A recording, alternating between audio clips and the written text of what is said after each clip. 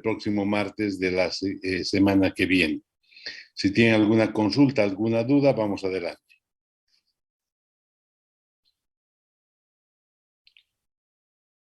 Muy bien, el tema que vamos a abordar hoy día es el primer tema, se llama el delito. Primero, el programa académico de la universidad de hace 3 años con la fecha presente ha sufrido una modificación muy importante. La materia de criminología se llevaba en segundo año y ahora esta materia la llevamos en tercer año. La primera pregunta es ¿por qué ustedes llevan esta materia en tercer año y no como antes, durante casi más de 30 años? La materia era la primera dentro de la Enciclopedia de las Ciencias Penales. Era la primera materia dentro de la Enciclopedia de las Ciencias Penales. Miren, cuando se estudió el programa y la modificación al pensum académico, se vio contenidos de cada materia, se analizó contenidos de cada materia. Y uno de los aspectos más importantes que habíamos sufrido durante el trabajo con la materia de criminología era, primero, trabajar con estudiantes que no tenían la más mínima noción de la problemática del delito. En segundo año, el estudiante entraba directo a la primera materia del área penal y esta materia llamada criminología era la materia que se dedicaba a estudiar las causas del delito. Claro, ¿cómo podíamos exigirle al estudiante que pueda hablar de las causas del delito o conocer las causas del delito o trabajar sobre las causas del delito si no tenía una formación técnico-académica y además estructural de lo que se entiende por delito? Más aún cuando no había llevado ni siquiera la parte de la teoría general del delito y menos los delitos en particular. Es decir, no tenía una convicción formal ni material del delito y tampoco una definición específica de lo que eran los delitos. Con esa insuficiencia cognitiva, claro, ameritaba el programa académico un gran cambio. En muchas universidades, la materia de criminología, es más, no forma parte de los programas académicos regulares de la carrera de Derecho, sino es una materia de posgrado. Y en nuestro caso, al ser parte de las materias troncales del área penal, hemos considerado que no podía estar menos que en tercer año, una vez que el estudiante haya vencido Penal 1 y Penal 2. Primero, esa introducción que es necesario precisar, y por otra parte, hoy en día, bajo la escuela de Roxin, de Jacobs, las corrientes más modernas del área penal obligan a que el estudiante, el profesor, el abogado penalista, el juez y todos los que están involucrados en esta área del conocimiento jurídico penal estén necesariamente nutridos de información de las diferentes problemáticas que forman parte de las ciencias penales, por lo menos de las más troncales. Es decir, no puede haber un penalista que no sepa la teoría del delito, que no sepa la validez de la ley penal en el tiempo, en el espacio con relación a las personas. No puede haber un penalista que no entienda lo que es la sanción, la pena, la medida de seguridad, lo que significa la autoría, la participación criminal, la complicidad, el encubrimiento.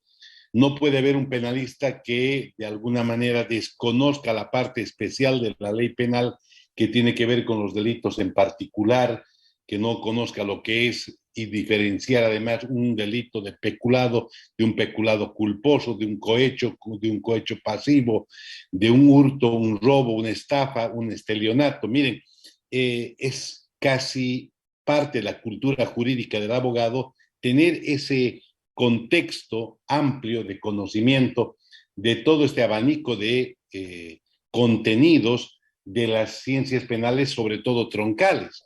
Y dentro de estas está también la criminología, que obliga a que el estudiante, el abogado, el hombre de derecho, el juez, tenga una aproximación al estudio de la personalidad, tenga una aproximación hacia el conocimiento de las posibles causas que hayan influido, que influyen en el comportamiento criminal, y de esa manera también poder tener un acercamiento, una inmediación mucho más eficaz con el sujeto comprometido en un proceso penal. No quiero decir culpable, no quiero decir responsable, no quiero decir delincuente, porque son terminologías absolutamente diferentes. Comprometido con el ilícito penal significa que puede o no ser culpable. Eso significa que, aunque no sea culpable, necesitamos tener una aproximación de su personalidad, de su conducta, de la confiabilidad, por ejemplo, de su discurso, de su explicación frente al hecho llamado delictivo. Como ustedes verán, el problema de las ciencias penales hoy nos obliga a ser actores que tengan información nutrida en todo ese contexto antes revisado. Y además será importante tomar en cuenta que cada uno de estos conocimientos están entrelazados, por eso se habla de un conocimiento interdisciplinario, es decir, no solo es multidisciplinario, diferentes ciencias, sino interdisciplinario porque cada ciencia está vinculada una con la otra inescindiblemente, inseparablemente, ¿no? Algo que también es importante tomar en cuenta.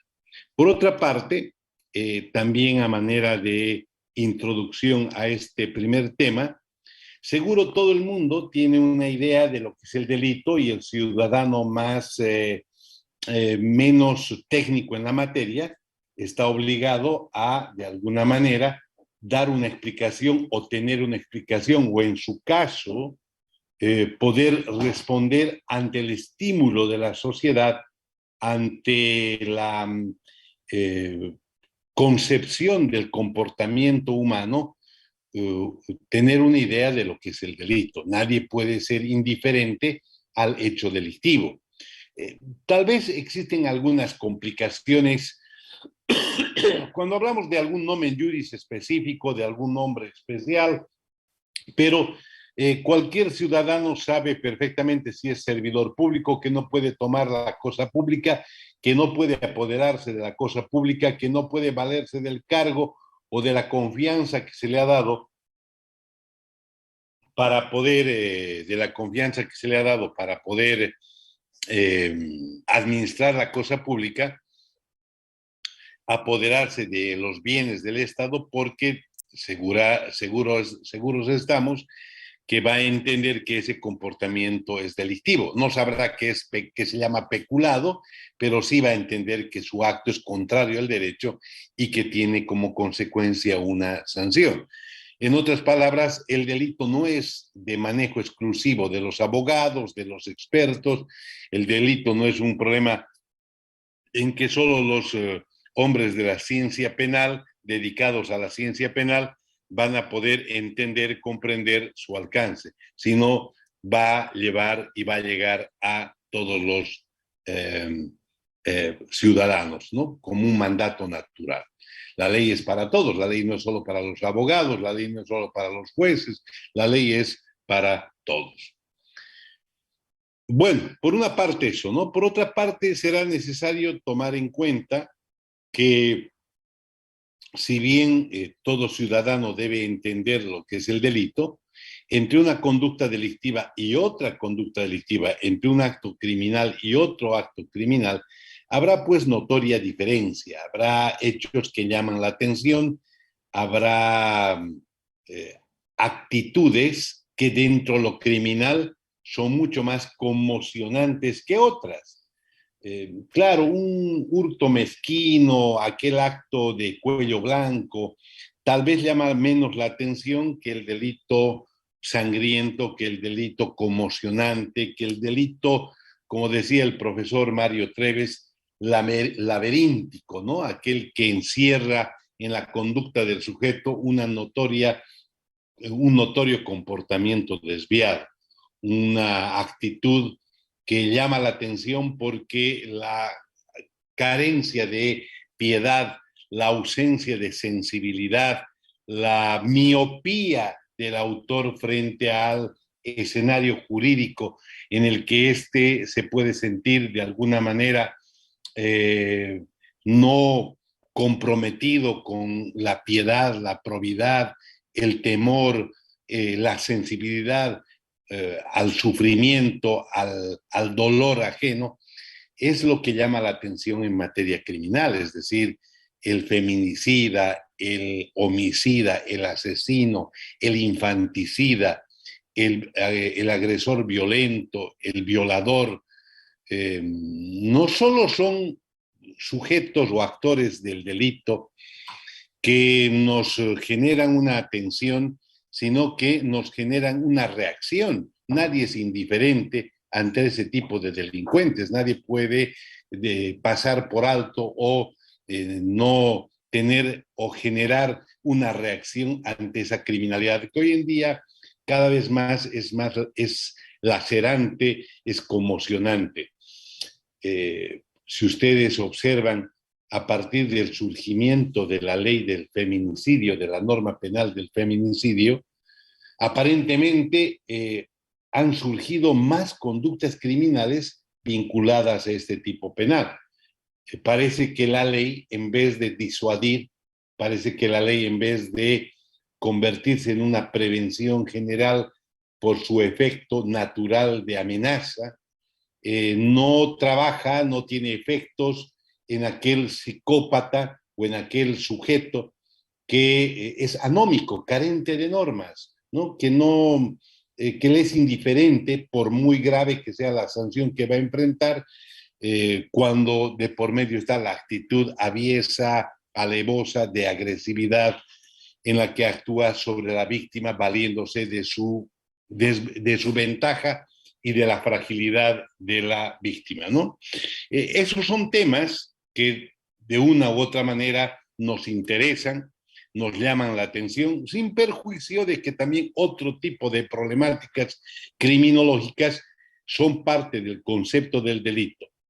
Cuando hablamos del delito, por lo tanto, podemos tener una visión jurídica, una visión técnica, una definición formal del delito, pero también hay una concepción del delito como un fenómeno natural, como un hecho o una conducta que responde a sujetos que podríamos calificarlos despreciables en la sociedad, pero que están en la sociedad. Es decir, no podemos negar su existencia, su presencia,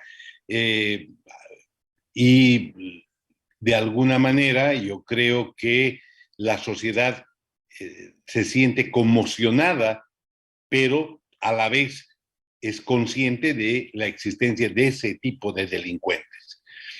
En diferentes sociedades, en diferentes comportamientos culturales, siempre la sociedad es consciente de la conducta que puedan desenvolver muchos ciudadanos al margen de la ley.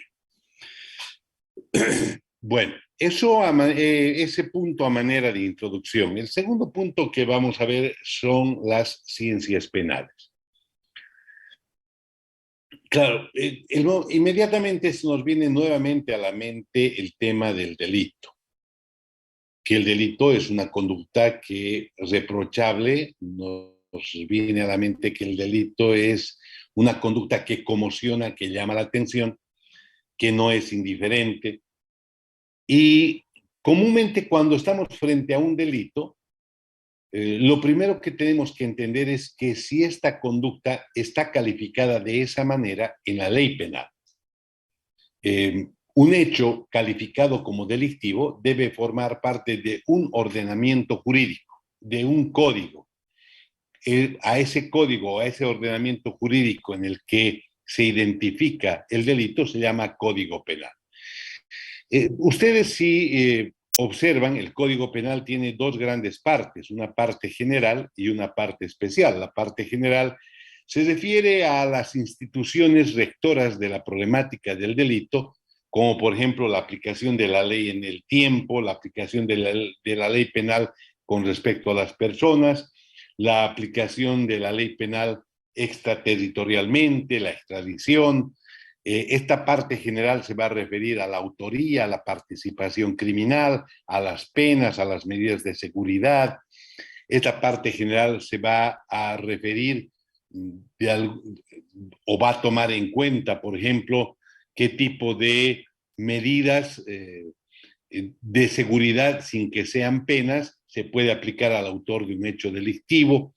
Nos va a remitir también esta parte general al tratamiento del concurso de delitos, un poco las reglas para trabajar sobre lo que es el delito. El libro segundo, que se llama Parte Especial, se refiere ya a la problemática del delito en particular. Se refiere ya a cada una de las conductas que están descritas como delitos en la ley penal. Por eso hay una diferencia importante. El código divide en un libro primero, en una parte primera, que es la parte general, y una parte segunda, que es la parte especial.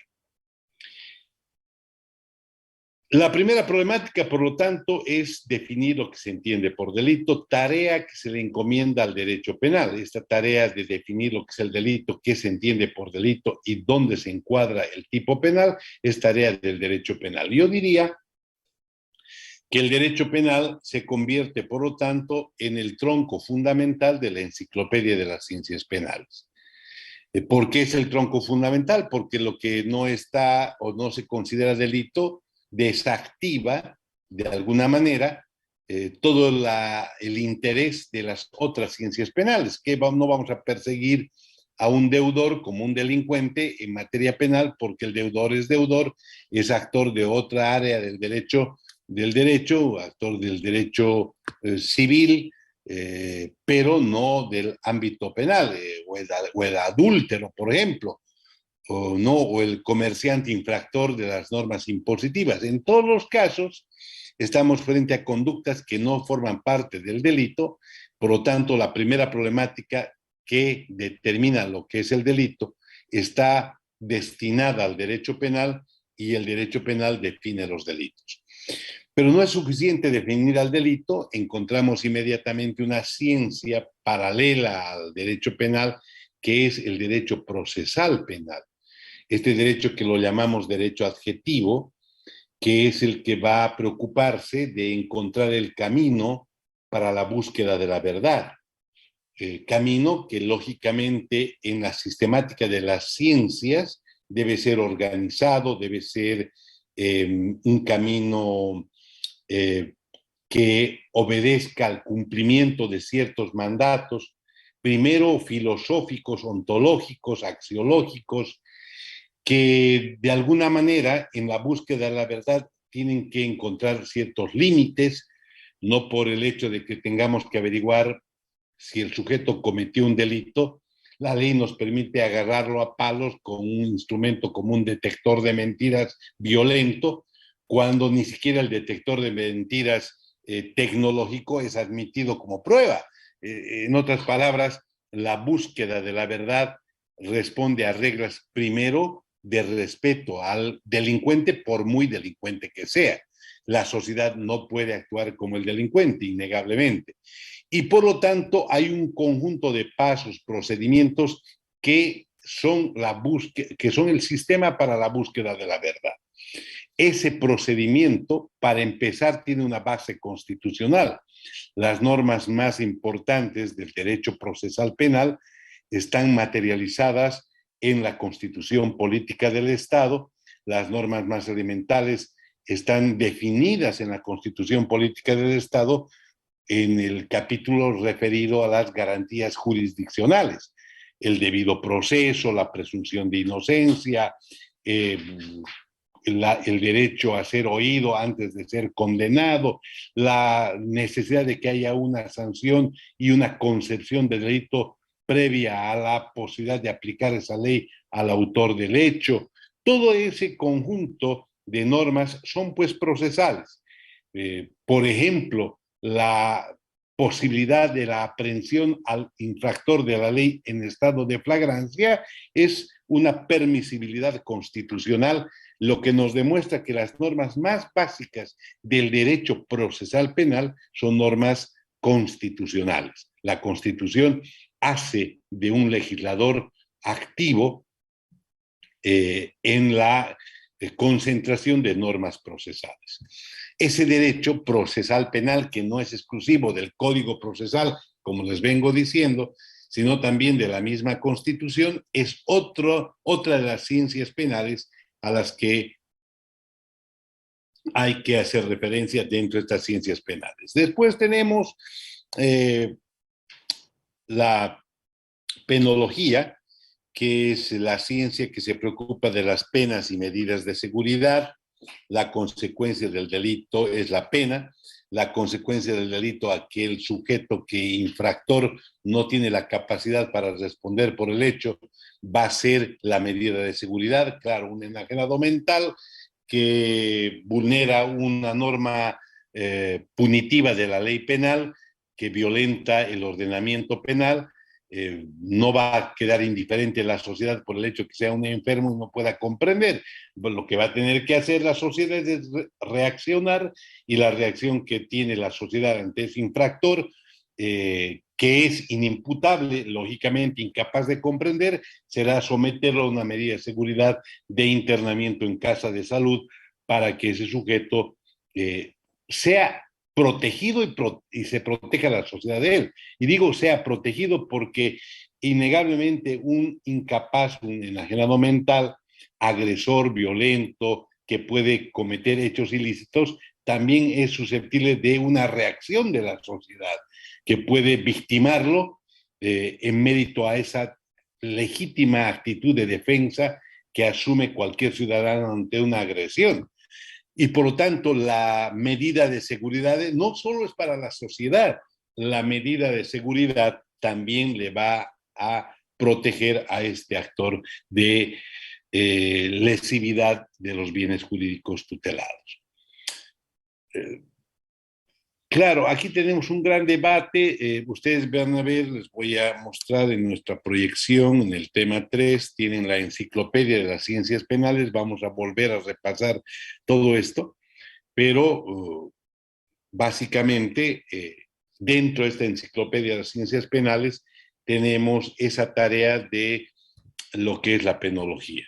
Sumamos a esto otras ciencias como la medicina legal, que significa la aplicación de los conocimientos médicos al ámbito del derecho.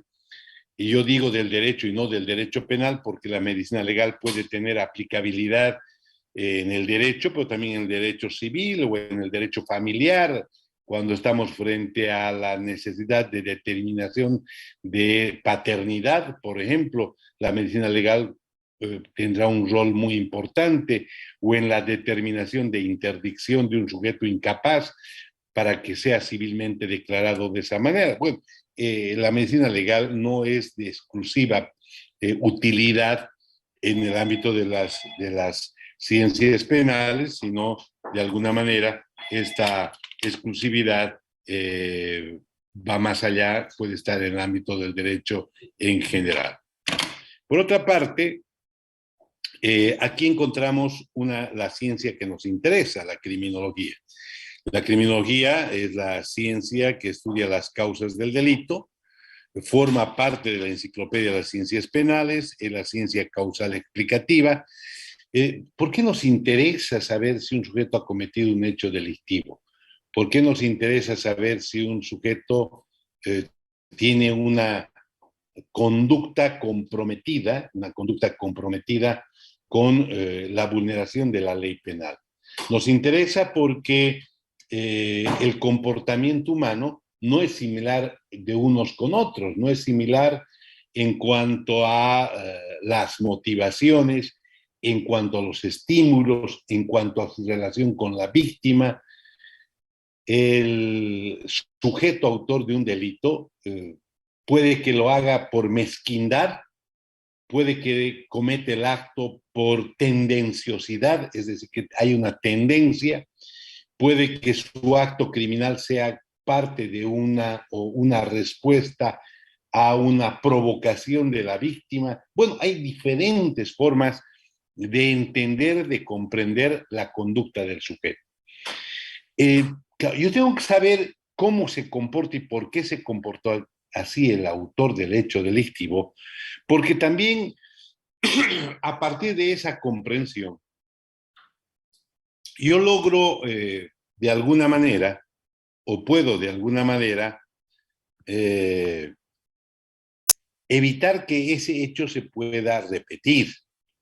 No solo evitar que ese hecho se pueda repetir, sino diagnosticar el problema generando una mejor visión hacia adelante, hacia futuro, para problemas similares, es decir, cómo puedo yo contrarrestar la conducta delictiva en otros casos similares, por una parte, y por otra parte, cómo puedo yo también trabajar con el mismo autor del hecho.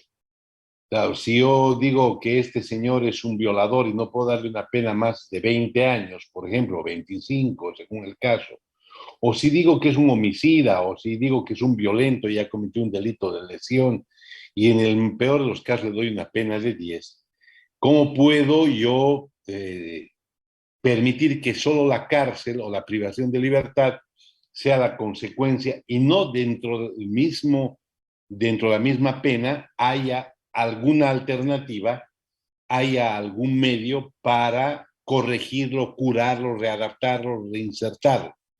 Entonces, para que yo pueda aplicar reinserción, para que yo pueda hablar de corrección, para que yo pueda eh, buscar una posible eh, salida, un posible tratamiento, digámoslo así, tengo que conocer las causas del hecho delictivo. No me queda otra que conocer las causas del hecho delictivo, ¿no? Ese es un tema muy importante que hay que tomar en cuenta. Y la criminología se preocupa de eso. La criminología se preocupa de conocer las causas del delito para tratar de evitar que ese se vuelva a cometer, tanto en la conducta del sujeto específico sobre el que recae la pena, como el ejemplo, el análisis del caso, que en otros casos nos puede dar algún tipo de ilustración. Bueno, algo que también me parece muy, muy importante tomar en cuenta es que esta materia llamada criminología no solo se preocupa del fenómeno individual. Claro, no es solo importante tener una visión del delincuente o del autor del hecho delictivo. Es muy importante tomar en cuenta la problemática de la delincuencia, la problemática de la criminalidad, la problemática del fenómeno social. A veces hay autores que dicen, sobre todo los sociologistas, que este es un problema de mayor trascendencia. Claro, el delincuente es un sujeto que actúa sobre su víctima y posiblemente el delito queda en esa acción, reacción y contexto de victimario y víctima. Posiblemente alcanza a algunos actores más, como la familia de la víctima de homicidio. Claro, de alguna manera afecta también a la colectividad porque es un hecho conmocionante. Pero miren, cuando ya hablamos de que la violación es un problema que preocupa a la sociedad, ya es un fenómeno social. Cuando nos referimos, por ejemplo, no al narcotraficante, sino al narcotráfico, ya no al narcotraficante, sino al narcotráfico, estamos frente a un fenómeno social. Hoy en día la problemática del feminicidio ya no es un tema del feminicidio y su víctima. Hoy en día el feminicidio se ha convertido en una problemática social. Claro, de un actor, del sujeto activo del hecho ilícito, hemos pasado a un tema mucho más trascendente que se convierte o que llamamos criminalidad. La solución de la conducta, del comportamiento del feminicida puede ser un problema bastante regulable o aislada.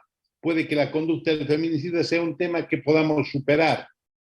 Superar en el sentido de tratar, actuar sobre él, someterlo a una pena, pero innegablemente el fenómeno no se ha resuelto. Innegablemente el fenómeno hoy en día, cada vez más la sociedad reclama una respuesta a la sociedad sobre el comportamiento del feminicida, no como actor individual, sino como un factor social. La fragilidad de la víctima será un problema de educación, será un problema en el que la sociedad, en el universo, ha permitido que la fragilidad de la víctima exponga o haga que la víctima sea una fácil presa de aquel agresor, de aquel sujeto vulnerador de la norma. Porque, ¿dónde nace el problema principal del feminicidio? ¿Acaso no es en la diferencia corporal, física, por una parte, y aquella otra problemática que tiene que ver las condiciones sociales de agresividad que le da la sociedad al hombre frente a la mujer? Claro, aquí hay muchas interrogantes que hay que empezar a trabajar, y a eso le llamamos problemática de la criminalidad. Un problema que hay que discutirlo, hay que analizar, y a través de ese análisis vamos a encontrar una respuesta. Bueno, vamos a seguro trabajar mucho de esto. No quiero distraerme más y paso al punto 3 del bolo, que dice definición de delito. Seguro la criminología, el ciudadano común, la sociología, puede tener concepciones diferentes de lo que se entiende por delito. Seguro vamos a encontrar diferentes interpretaciones de lo que es el delito. Pero dentro de ese contexto, dentro de esas interpretaciones, está claro que la definición formal la establece el derecho penal. ¿Qué dice el derecho penal del delito? El delito es una conducta contraria al derecho y que tiene como consecuencia una pena. Conducta contraria al derecho y que tiene como consecuencia una pena. Un análisis muy rápido nos muestra que pueden haber múltiples o diferentes conductas contrarias al derecho. Múltiples conductas contrarias al derecho. Y esas múltiples conductas contrarias al derecho, no todas tienen como consecuencia la pena. Claro, si un sujeto, por ejemplo, no paga una deuda legítimamente contraída, seguro vulnera el derecho civil en cuanto a las obligaciones, el deber de pagar lo que se debe en la condición de deudor al acreedor, le generará una reacción de una respuesta en el ámbito del derecho civil y, lógicamente, se le ejecutará en el ámbito del derecho civil patrimonialmente, porque es lo que corresponde, haciendo que la garantía que se ha dado para respaldar la obligación sea ejecutada mediante un proceso y remate respectivo. Bueno, pero en ningún caso esa condición de deudor va a permitir que la ley civil alcance al sujeto corporalmente, privándole de la libertad, porque el hecho de ser deudor no es cometer un delito. El marido infiel que engaña a la esposa se convierte en un adúltero y el derecho familiar no establece más que una motivación hoy en día. Antes era una causal de divorcio, el adulterio. Hoy en día es una motivación, puede o no haber infidelidad, igual no se puede divorciar si ya no quiere a la persona con la que se casó o porque le da la gana de divorciarse y se acaba la historia. La motivación de la infidelidad puede ser una de las razones para que una persona se divorcie, por ejemplo, pero está en el ámbito del derecho familiar y al adúltero no lo podemos agarrar a palos, no lo podemos privar de libertad porque el adulterio no es un delito. El sujeto que incumple en su sociedad comercial con sus socios y no cumple con sus cuotas de capital, por ejemplo, tendrá una penalidad en el campo comercial, pero nunca en el ámbito penal. Claro, aquí está claro que la definición formal de delito nos arrastra a que el delito es una conducta que es contraria al derecho y que tiene la consecuencia objetiva de punibilidad, que es la que diferencia del derecho penal de los demás derechos en el contexto analizado. Por otra parte, es importante considerar que también hay una definición material de delito. La definición material de delito nos dice que el delito es una acción típica, porque está definida por la ley penal, antijurídica, porque debe ser contraria al derecho, culpable, porque se supone que el sujeto tiene que tener la capacidad de responder por el hecho y también es reprochable en cuanto a podía haber actuado de una forma diferente en su conducta, es decir, el sujeto, a pesar de que pudo haber actuado de una forma diferente, no lo hizo y por lo tanto es vulnerador de la norma penal. El último elemento, que algunos consideran que no es elemento del delito, está en la pena. Claro, si hay acción, tipicidad, antijuridicidad, culpabilidad, la consecuencia es la pena. Yo no creo que podríamos concebir un delito sin pena. Porque si hay delito, debería haber la consecuencia. Alguien me dirá las eximentes de punibilidad. ¿Cuáles son las eximentes de punibilidad o exención de penalidad? Vamos a revisar el artículo 359. Le pido al auxiliar, si está en clase, o quien tenga el código a la mano, pueda leernos el artículo 359.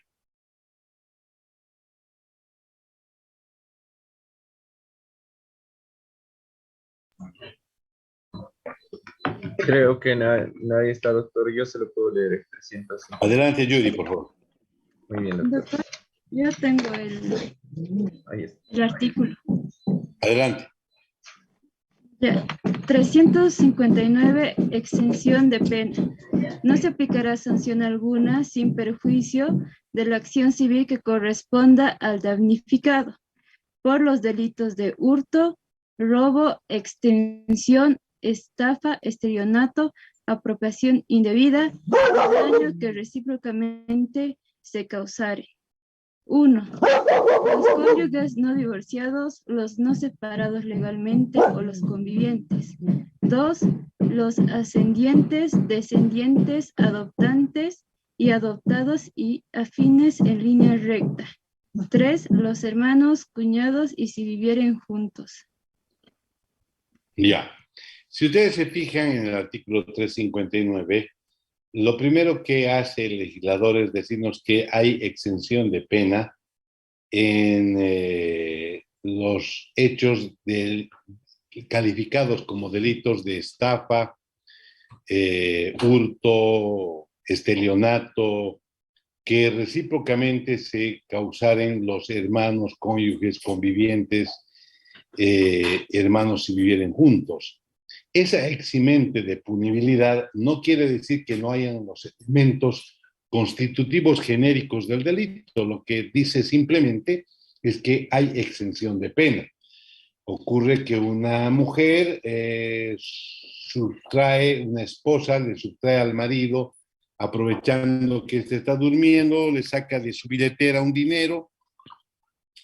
En ese acto encontramos acción, porque evidentemente hay un desplazamiento de conducta, encontramos tipicidad, que es apropiarse de algo que no le pertenece, en el sentido de que no le ha dado el derecho de posesión el marido de ese dinero a ella, se ha apoderado de ese dinero.